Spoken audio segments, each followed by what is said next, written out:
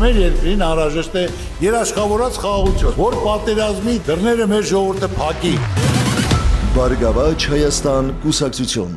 Ինչպես մեծ ցավով արդեն տեղեկացրել ենք, որդու նահատակությունից 10 տարի անց մահացել է ապրիլյան քառօրյա պատերազմի նահատակ Արցախի հերոս Ռոբերտ Աբաջյանի մայրը։ Վերջին շրջանում Արցախի հերոսի մայրն առողջական խնդիրներ է ունեցել, վերջինս 52 տարեկան էր։ Star News-ը իր ցավակցությունն է ուղղում նրա ընտանիքի անդամներին և հարազատներին։ Հայ հանրությունն այս կորուստը շատ մեծ է համարում։ Բոլորն են սգում Ռոբերտ Աբաջյանի մայրիկի անժամանակ մահը, և մեր հետևորդները կիսվել են իրենց մտահոգություններով ու ցավակցություններ են հայտնել։ Նրանցից շատերը նշել են, որ տիկին Աննան չդիմացավ և գնաց հերոս որդու մոտ։ Շատերն են նշել, որ հերոսածին մայրերը հենց այդպես են լինում, և նրանց կորուստը մեր ազգի համար իրոք որ շատ ու դաժան է։ Իսկ մենք հավելենք, որ Արցախ-ադրբեջանական շփման գծում ծավալած թեժ մարտերից հետո ապրիլյան պատերազմի Արցախի հերոսների ցանկում ավելացավ ևս մեկ անուն՝ բոլորից ամենաերիտասարդը։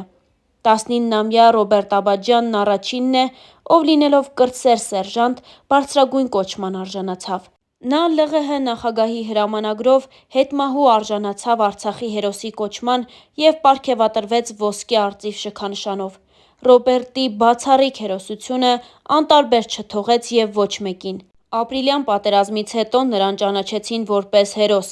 իսկ հարազատներ, ընկերների համար, բացի հերոս լինելուց, մնաց բարի, հումորով, բոլորին հասնող կյաժը։ Ռոբերտի ծնողները պատմել են, որ նա շարունակ շտապում էր. կյանքում հնարավորինս շատ բան հասցնել։ Ծնողների խոսքերով որդին ընկերասեր էր, սիրում էր բոլորի հետ կապ պահպանել, բոլորի հետ էլ շփվում էր։ Նման մարդ չկար, ում հետ 15-20 րոպե շփվեր ու հետագայում նրա հետ ընկերություն չանեին։ Տղաս 5 տարեկանից մինչև 80 տարեկան ընկերներ ուներ, ասում է Ռոբերտի հայրը՝ Ալեքսանդր Աբաջյանը։ Երևանի Քանաքեռ Զեյթուն վարչական շրջանի համար 147 հիմնական դպրոցը անվանակոչվել է Արցախի հերոս Ռոբերտ Աբաջյանի անվամբ։ 2023-ից 2011 թվականներին Ռոբերտը սովորել է հենց այդ դպրոցում։ Արցախի Քաշաթաղի շրջանի Հերիկ գյուղի դպրոցը ևս անվանակոչվել է ապրիլյան պատերազմի հերոսի անունով։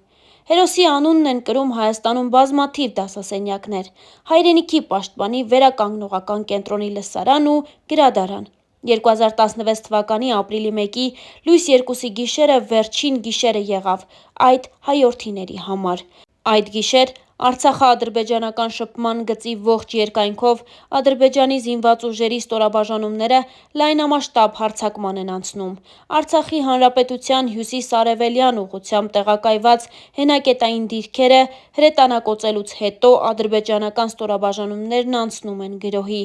Շուրջ 300 հոգուց բաղկացած խմբերը տանկերի աջակցությամբ փորձ են կատարում գրավելու հայկական դիրքերը։ Հակառակորդի ձեռնարկած հարձակմանն առաջին մարտը իրենց վրա վերցրին Վաշտի հրամանատար կապիտան Արմենակ Ուրֆանյանն ու 6 զինծառայողներից բաղկացած դասակը։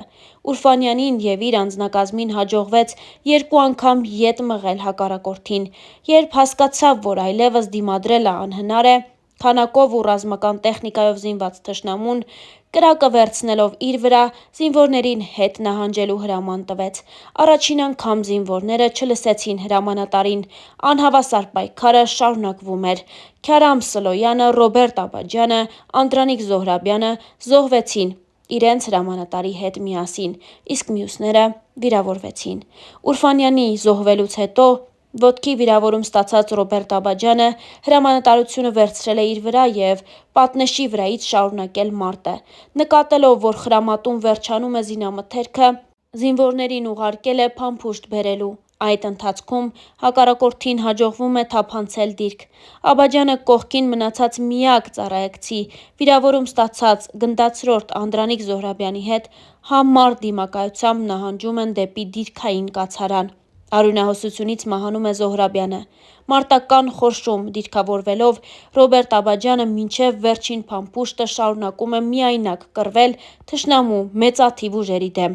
Միևնույն ժամանակ կապ հաստատելով գումարտակի հրամանատարի հետ եւ վերջինիս կարևոր տեղեկություններ հաղորդելով դիրքում կատարվող դեպքերի մասին, նկատելով իրեն մոտեցող թշնամուն, Աբաջյանը հանում է իր մոտ մնացած վերջին նռնակը եւ տեսնելով իրեն մոտեցող հակառակորդին, իր հետ միասին նռնակով պայթեցնում է հակառակորդի մի քանի զինվորի։ Այսքանն էինք պատրաստել այս տեսանյութի համար։ Առաջարկում ենք դիտել նաև Ռոբերտ Աբաջյանի հերոսական ընտանիքից լուսանկարներ։